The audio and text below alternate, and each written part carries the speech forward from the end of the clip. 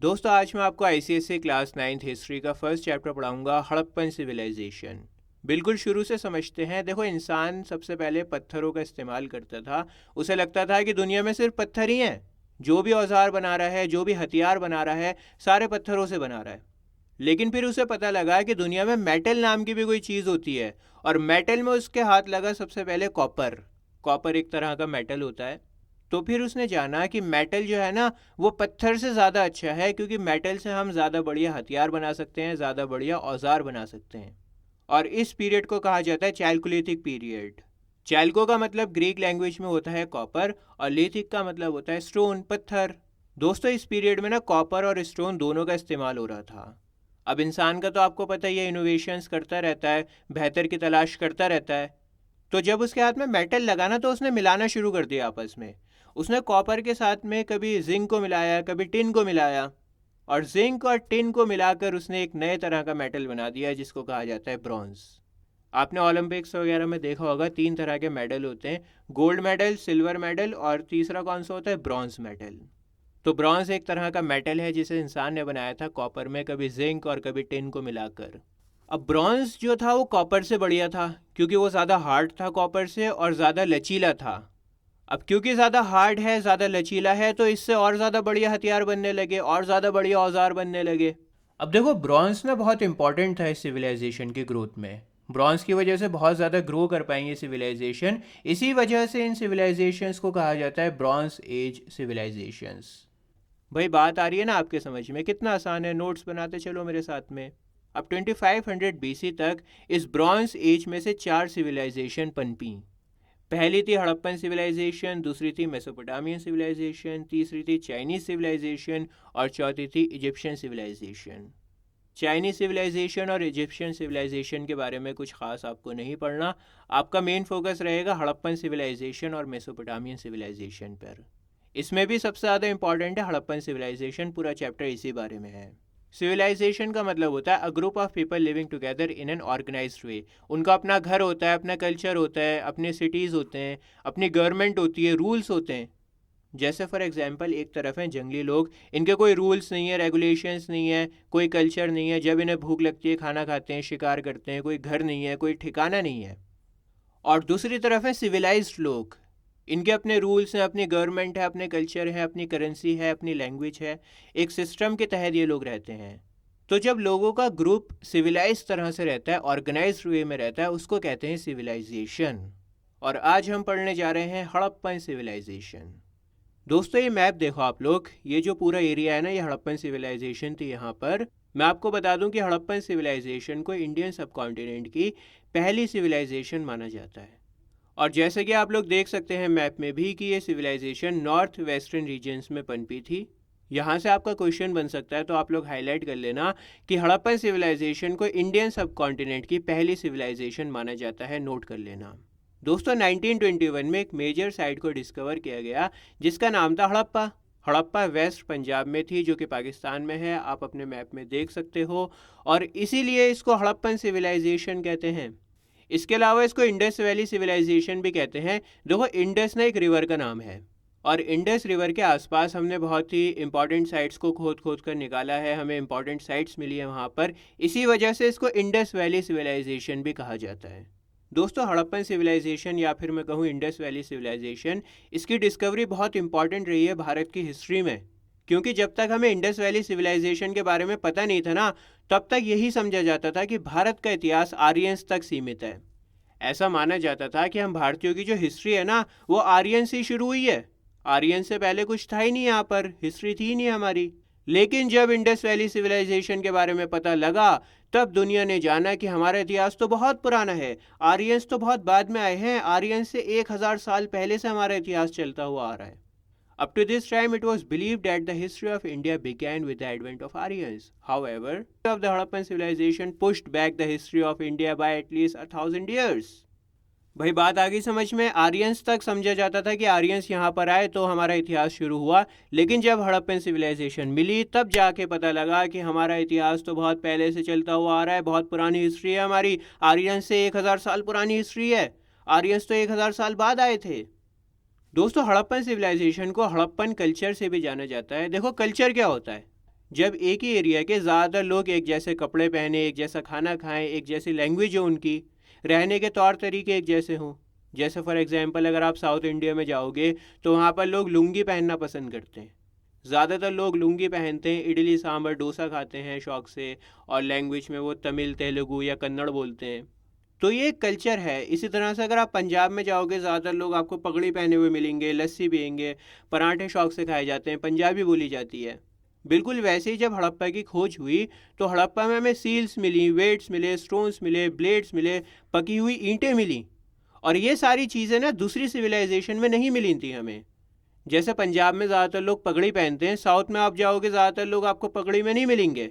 बिल्कुल वैसे ही हड़प्पन सिविलाइजेशन में जो चीज़ें हमें मिली, स्टोन्स मिले, ब्लेड्स मिले, पकी हुई ईंटें मिली, सील्स मिली, ये सारी चीज़ें दूसरी सिविलाइजेशन में नहीं थीं। और इसीलिए इसको हड़प्पन कल्चर भी कहते हैं। भाई आप हड़प्पन कल्चर कहो, हड़प्पन सिविलाइजेशन कहो, इंडस वैली सिविलाइजेशन कहो, बात तो एक ही है, नाम अलग अलग हैं। चलो अब देखते हैं सोर्सेस को। सोर्सेस का मतलब है सबूत। 4500 साल पहले की बात कर रहे हैं हम लोग। आपके पास में कुछ तो सबूत होना चाहिए ना, जिससे पता लगे कि हड़प्पन सिविलाइजेशन वाकई में थी। तो उन्हीं सोर्सेस की यहाँ पर बात की गई है। ऐसे क्या क्या सबूत मिले हैं हमें, जिससे हमें पता लगता है कि हाँ वाकई में 4500 साल पहले एक सिविलाइजेशन थी, यहाँ पर लोग रहते थे। तो सबसे पहला सोर्स आपको पढ़ना है द ग्रेट बाथ। आप अपनी स्क्रीन के ऊपर देख लो, और ये मोहनजोदाड़ो की लार्जेस्ट बिल्डिंग्स में से एक है। ये ना एक बड़ा सा रेक्टेंगुलर शेप में टैंक था, जैसे स्विमिंग पूल में होता है ना, बिल्कुल उसी शेप में, रेक्टेंगुलर शेप में बड़ा सा टैंक था। और ये जो ग्रेट बाथ है ना, ये बरामदे में बना हुआ है, आसपास इसके रूम्स वगैरह हैं। 2 जगह पर इसकी सीढ़ियाँ हैं। एक सीढ़ी तो आपको दिख रही है, इसके बिल्कुल सामने एक सीढ़ी और है नीचे टैंक में जाने के लिए। साउथ में सीढ़ी है, और साउथ के बिल्कुल सामने नॉर्थ में सीढ़ी है। अच्छा, पूल में लीकेज ना हो, पानी वहाँ पे ठहरा रहे, इसलिए इसमें पकी हुई ईंटों का इस्तेमाल हुआ है, मॉर्टर का, बिटुमेन का, जिप्सम का, इन सभी मटेरियल्स का इस्तेमाल हुआ है ताकि पानी लीकेज ना हो, पानी वहाँ पर ठहरा रहे। बराबर में ही एक कुआं था जिससे पानी लाके डाला जाता था इसमें। दोस्तों ग्रेट बाथ सराउंडेड था कमरों से, मैंने आपको बताया। अब कुछ स्कॉलर्स का तो ऐसा मानना है कि ये कमरे पुजारियों के लिए थे, और कुछ स्कॉलर्स का ये मानना था कि यहाँ पर कपड़े बदलने के लिए कमरे बनाए गए थे। जब आप स्विमिंग पूल में जाते हैं तो कपड़े बदल कर जाते हैं ना, तो कुछ स्कॉलर्स ये कहते हैं कि ये जो रूम्स बनाए गए हैं इसके आसपास, वो कपड़े बदलने के लिए बनाए गए थे। लेकिन ज़्यादातर स्कॉलर्स का ये मानना था कि द ग्रेट बाथ को रिलीजियस पर्पस के लिए ही बनाया गया था। नेक्स्ट आपको पढ़ना है सिटाडेल। दोस्तों हर शहर में ना एक ऊंचा इलाका होता था, और उस ऊंचे इलाके को कहा जाता था Citadel. The raised area of each city was called the Citadel. ऊंचे इलाके में रहते थे ऊंचे लोग जो रूल करते थे, जो इम्पोर्टेंट थे, रूलिंग क्लास। और वहाँ पर ना इम्पोर्टेंट बिल्डिंग्स रहती थी, जैसे कि ग्रेट बाथ, ग्रैनरी। ग्रैनरी मतलब अनाज के भंडार, जहाँ पर अनाज स्टोर करके रखा जाता है, और असेंबली हॉल थे वहाँ पर, वर्कशॉप्स थी। तो कुल मिला के जो भी इम्पोर्टेंट है ना, वो सब सिटाडेल में है।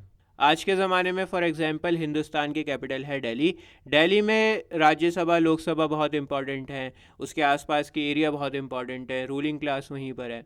बिल्कुल वैसे ही पुराने ज़माने में सिटाडेल सबसे ज़्यादा इम्पॉर्टेंट था, वहीं पर रूलिंग क्लास रहती थी, और जो भी इम्पॉर्टेंट बिल्डिंग्स हैं ना, वो सब वहीं पर हैं। यहीं से इकनॉमी चलेगी, रूल होगा, अनाज रखा जाएगा यहाँ पर, ग्रेट बात यहाँ पर है रिचुअल्स के लिए। तो ये सारी इंपॉर्टेंट चीज़ें ऊंचाई पर हैं, और जो आम जनता है ना, वो नीचे रहती है। सिटाडेल को देखकर हमें पता लगता है कि उस ज़माने में भी लोगों को प्लानिंग करनी आती थी, शहर को डेवलप करना जानते थे। एक प्लानिंग के तहत उन्होंने सब कुछ डेवलप करा ना, कि रूलिंग क्लास यहाँ पर रहेगी, आम जनता नीचे रहेगी। और ये पता लगता है देखकर कि हड़प्पन सिविलाइजेशन एक अर्बन सिविलाइजेशन थी, मतलब वो एक प्रॉपर वेल स्ट्रक्चर्ड शहर था। प्रॉपर वेल स्ट्रक्चर्ड शहर था जहाँ पर सुविधाएं थी, जिसको अच्छे से प्लान करके बनाया गया था। और जब हम देखते हैं कि ऊपर रूलिंग क्लास रहती थी, नीचे आम जनता रहती थी, तो हमें पता लगता है कि उनके पास में अपनी पॉलिटिकल ऑर्गेनाइजेशन और सोशल क्लासिफिकेशन थी। जैसे फॉर एग्जांपल आज के ज़माने में हमारा एक सिस्टम है कि देश को प्रधानमंत्री चलाएंगे। प्रधानमंत्री चीफ मिनिस्टर्स के हेड हैं, लोकसभा में बैठेंगे, और सुप्रीम कोर्ट है, हाई कोर्ट है हमारे पास में। तो एक सिस्टम के तहत देश चल रहा है, और बिल्कुल वैसे ही उनका भी एक अपना सिस्टम था हड़प्पन सिविलाइजेशन में। रूलिंग क्लास ऊपर रहेगी, आम जनता नीचे रहेगी। यह सोशल क्लासिफिकेशन भी है। जैसे एक ज़माने में हमारा समाज सोशल क्लासेस में बटा हुआ था, 4 वर्नास थे, ब्राह्मण, क्षत्रिय, वैश्य और शूद्र। अब ब्राह्मण अलग रहते थे, क्षत्रियों का काम अलग था, वैश्य का काम अलग था, और जो शूद्र थे उनका काम अलग था। और ऐसे इन्होंने यहाँ पर भी सोशल क्लासिफिकेशन कर रखी है कि जो रूलिंग क्लास है वो ऊपर रहेगी, उसका एरिया अलग है, और आम जनता का एरिया अलग है, वो नीचे रहेगी। और सिटाडेल में कुछ बिल्डिंग्स ऐसी थीं जो शायद पब्लिक के लिए भी थीं, जैसे कि ग्रैनरी। ग्रैनरी का मतलब मैंने आपको बताया, अनाज के भंडार, या फिर द ग्रेट बाथ, जो आम जनता के लिए बनाई थी। आम जनता वहाँ पे जाके उन्हें देख सकती थी। नेक्स्ट सोर्स है सील्स का। दोस्तों, सील्स का मतलब होता है मोहर। अब मोहर आज के ज़माने में बनाना तो बहुत आसान है, लेकिन आप सोच के देखो 4500 साल पहले मोहर का बनाना कितनी बड़ी बात है। उस ज़माने में मोहर का बनाना बहुत मुश्किल काम था, और ये हड़प्पन्स के आर्टिस्टिक स्किल्स को दिखाती है। लगभग 2000 सील्स को डिस्कवर किया गया था, और ज़्यादातर सील्स पर एक सींग वाला बुल, बफेलो, टाइगर, गोट, एलिफेंट और राइनोसॉरस बना हुआ है। ज़्यादातर सील्स में जो मटेरियल इस्तेमाल हुआ है वो है टेराकोटा, स्टेटाइट और एगेट। ये तीनों पत्थरों के टाइप्स हैं, और ज़्यादातर सील्स जो हैं वो रेक्टेंगुलर या फिर स्क्वायर में थी। कोई कोई सी सील ऐसी है जो सर्कुलर भी है, लेकिन ज़्यादातर सील्स आपको रेक्टेंगुलर या फिर स्क्वायर में मिलेंगी। दोस्तों, सील्स ना हमें बहुत कुछ बताती हैं, काफ़ी यूज़फुल इन्फॉर्मेशन देती हैं। स्क्रिप्ट के बारे में बताती हैं कि वो लोग कैसे लिखा करते थे, ट्रेड यानी व्यापार के बारे में बताती हैं। इसके अलावा हड़प्पन्स के रिलीजन और बिलीव्स के बारे में भी हमें पता लगता है। जैसे हमें एक सील मिली थी जिसका नाम था पशुपति सील। आप अपनी स्क्रीन के ऊपर देख सकते हो। इस सील से हमें ये पता लगता है कि उस ज़माने में भी लोग शिव जी को मानते थे। यहाँ पे 3 चेहरों वाले देवता बने हुए हैं जिन्होंने बफेलो हॉर्न्ड हेड ड्रेस पहनी हुई है, बफेलो के सींग की ड्रेस पहनी हुई है इन्होंने, और आलती पालती मार के बैठे हुए हैं थ्रोन के ऊपर। थ्रोन यानी सिंहासन। और इनके पास में हाथी है, एक टाइगर है, एक बफेलो है और एक राइनोसॉरस है, और उनके पैरों पर 2 हिरण भी हैं, और इनकी पहचान पशुपति महादेव के रूप में की गई। एक सील और मिली है हमें जिसे कहा जाता है यूनिकॉर्न सील। यूनिकॉर्न दोस्तों एक घोड़ा होता है जिसका एक सींग होता है। ये कोई जानवर नहीं है, मिथिकल क्रिएचर है। आपने कार्टून्स वगैरह में देखा होगा। तो ये जो सील है ना, ये हड़प्पन्स के मिथिकल बिलीव्स को दिखाती है। इस सील के ऊपर कुछ लिखा हुआ भी है, लेकिन क्या लिखा हुआ ये आज तक हमें पता नहीं लगा। हमारे समझ में ही नहीं आया कि क्या लिखा हुआ है। दोस्तों, इन सील्स का ना व्यापार में इस्तेमाल होता था। ट्रेडर्स जो थे ना, वो अपना सामान बैग में भरते थे, थैलों में भरते थे, और थैलों में भरने के बाद में उसको बांध दिया करते थे, और गीली मिट्टी लगा के सील को दबा के निशान बना दिया करते थे। अब अगर वो सील टूटी तो इसका मतलब क्या हुआ कि सामान में मिलावट हो गई, और अगर सील सही सलामत है, टूटी नहीं, इसका मतलब है कि अंदर सामान सुरक्षित है। और हर ओनर की अपनी अलग सील थी, तो सील को देखकर पता लग जाता था कि ये किसका माल है, किसका सामान है। अच्छा, ये जो सील्स है ना, ये अलग अलग जगहों पर मिली हैं हमें, जिससे हमें ये पता लगता है कि हड़प्पन्स का जो व्यापार था ना, वो बहुत बड़े एरिया में फैला हुआ था। भाई, अगर सील आपको कहीं और मिलती है, अलग एरिया में मिलती है, तो आपको पता लगता है ना कि यहाँ से सामान भर के गया होगा, वहाँ तक व्यापार हुआ होगा, तभी तो वो सील वहाँ तक पहुँची है। मान लो मैं दिल्ली में बैठा हुआ हूँ, मेरी सील आपको राजस्थान में मिली, तो आपके समझ में आ रहा है ना कि राजस्थान तक मेरा व्यापार फैला हुआ है, तभी मेरी सील वहाँ तक पहुँची है। अच्छा, सील का दूसरा इस्तेमाल तावीज़ के रूप में, एमुलेट्स के रूप में किया जाता होगा, और इससे आइडेंटिटी पता लगती होगी। जैसे फॉर एग्जांपल आज के ज़माने में हमारे पास में आइडेंटिटी कार्ड होता है। आइडेंटिटी कार्ड में हमारा नाम लिखा रहता है, आईडी लिखी रहती है, जिससे पता लगता है कि हम कौन सी कंपनी के एम्प्लॉई हैं। अगर मैं टाटा की कंपनी में नौकरी कर रहा हूँ, तो टाटा वाले मुझे आइडेंटिटी कार्ड बना कर देंगे, जिससे पता लगेगा कि मैं टाटा का एम्प्लॉई हूँ। वैसे ही हो सकता है कि शायद सील्स पहले के ज़माने में गले में टांगी जाती हों, जिससे पता लगे कि उस आदमी का ओनर कौन है। मैंने आपको बताया ना कि सील्स जो थीं वो हर व्यापारी की अलग अलग थीं, तो शायद व्यापारी अपने आदमियों को सील देता हो टांगने के लिए, जिससे पता लगता हो कि ये आदमी किस ओनर के लिए काम करता है। नेक्स्ट है बियर्डेड मैन। आप अपनी स्क्रीन के ऊपर देख सकते हो, ये मूर्ति एक आदमी की है जिसकी दाढ़ी है, और ये सील हमें मिलती है मोहनजोदाड़ो में। इस सील को आप ध्यान से देखो, इस आदमी के लेफ्ट शोल्डर के ऊपर शॉल पहनी हुई है, उसकी आंखें आधी बंद हैं, जैसे मानो वो मेडिटेशन कर रहा हो। कुछ स्कॉलर्स का मानना है कि ये योगी या फिर प्रीस्ट का स्टैचू है, और इस मूर्ति को देखकर पता लगता है कि कितनी ज़बरदस्त आर्ट रही है उस ज़माने में। कितने स्किल्ड आर्टिस्ट थे जिन्होंने इतनी शानदार मूर्ति को बनाया, कितनी सफाई से बनी हुई है। दाढ़ी बनी हुई है, शॉल डाल रखी है लेफ्ट साइड के ऊपर। एक स्टैचू मिला हमें डांसिंग गर्ल का, और ये जो स्टैचू था ना, ये ब्रॉन्ज का था। मैंने आपको बताया था कि ब्रॉन्ज एक मेटल है, कॉपर में टिन और जिंक को मिला के इसको बनाया गया था ब्रॉन्ज को, और ये जो स्टैचू है ना, ये हमें मोहनजोदाड़ो में मिला है। ये एक मास्टरपीस है। आप सोच के देखो, उस ज़माने में 4500 साल पहले ब्रॉन्ज मेटल की मूर्ति बना डाली। कमाल है यार। ये फिगर शो कर रही है विगर यानी जोश। जिस तरह से वो खड़ी हुई है ना, उसके कॉन्फिडेंस के लिए विगर वर्ड का यूज़ हुआ है। वैरायटी इसलिए क्योंकि अभी तक तो हम देवताओं की मूर्ति को देख रहे थे, जानवरों की मूर्ति को देख रहे थे, या फिर साधु संतों की मूर्ति को देख रहे थे। ये पहली बार ऐसा हुआ कि डांसिंग गर्ल खड़ी हुई है और पत्थर की नहीं बनी हुई, ब्रॉन्ज मेटल की बनी हुई है, तो ये एक वैरायटी दे रही है। और तीसरा है इंजीन्यूटी। इंजीन्यूटी का मतलब होता है क्रिएटिविटी। कितनी शानदार तरह से बनी हुई है, कितने क्रिएटिव थे उस ज़माने में लोग। आप मूर्ति को ध्यान से देखो, राइट आर्म जो है वो डांसिंग गर्ल के हिप के ऊपर रखा हुआ है, और जो लेफ्ट हैंड है ना, उसमें बहुत सारी चूड़ियाँ पहनी हुई हैं। एक छोटा सा बाउल पकड़ा हुआ है लेफ्ट लेग के ऊपर। नेक्स्ट है डॉकयार्ड। डॉकयार्ड वो जगह होती है जहाँ पर पानी का जहाज़ खड़ा रहता है, और ये था लोथल नाम की जगह पर, जो कि गुजरात में है। आप मैप में देख सकते हो, ये लोथल है, समुंदर भी है ना यहाँ पे। तो यहाँ से सामान इंपोर्ट और एक्सपोर्ट होता था पानी के जहाज़ के ज़रिए। दोस्तों, लोथल एक इम्पॉर्टेंट ट्रेडिंग और मैन्युफैक्चरिंग सेंटर है इंडस वैली सिविलाइजेशन का, और इससे हमें ये भी पता लगता है कि हड़प्पन्स को हाइड्रोलिक नॉलेज थी। हाइड्रोलिक नॉलेज मतलब आपको पता है कि पानी के बहाव का कैसे इस्तेमाल करना है, पानी को कंट्रोल कैसे करना है, पानी की सारी नॉलेज है आपके पास में। जब हाइड्रोलिक नॉलेज थी तभी तो वहाँ पे डॉकयार्ड बन सका, तभी तो वो पानी के जहाज़ वहाँ पे बना के ट्रेड कर सके, वरना तो सब कुछ डूब जाता। नेक्स्ट है स्क्रिप्ट। दोस्तों, हड़प्पन्स ना अपने स्क्रिप्ट्स में पिक्चर्स का इस्तेमाल करते थे। पिक्चर्स में वो लोग बर्ड्स बनाते थे, फिश बनाते थे, ह्यूमन फॉर्म्स बनाते थे, और हम अभी तक इनकी स्क्रिप्ट्स को समझ नहीं पाए, क्योंकि बहुत मुश्किल है ना। एक मछली बना दी उन्होंने, अब आप क्या समझोगे मछली से। एक चिड़िया बना दी, अब आप मुझे बताओ कि क्या मतलब निकालोगे चिड़िया का। और इस तरह के 375 से 400 साइंस थे जो हड़प्पन्स ने अपने स्क्रिप्ट्स में यूज़ करे थे। इनकी स्क्रिप्ट आपको बहुत सारे सील्स के ऊपर देखने को मिलेगी, कॉपर के टूल्स के ऊपर देखने को मिलेगी, जो डब्बे होते हैं ना, जो जार्स होते हैं, उनके मुंह के ऊपर जो उनका ऊपरी हिस्सा होता है वहाँ पे मिलेगी आपको। कॉपर और टेराकोटा के बने हुए टैबलेट्स के ऊपर मिलेगी। टैबलेट से यहाँ पर मतलब है एक फ्लैट सॉलिड पीस, एक फ्लैट टुकड़ा जिसके ऊपर लिखा जाता हो। इसके अलावा ज्वेलरी के ऊपर स्क्रिप्ट मिलेगी, साइन बोर्ड्स के ऊपर मिलेगी, तो बहुत सारी जगहों पर इन लोगों ने लिख रखा था।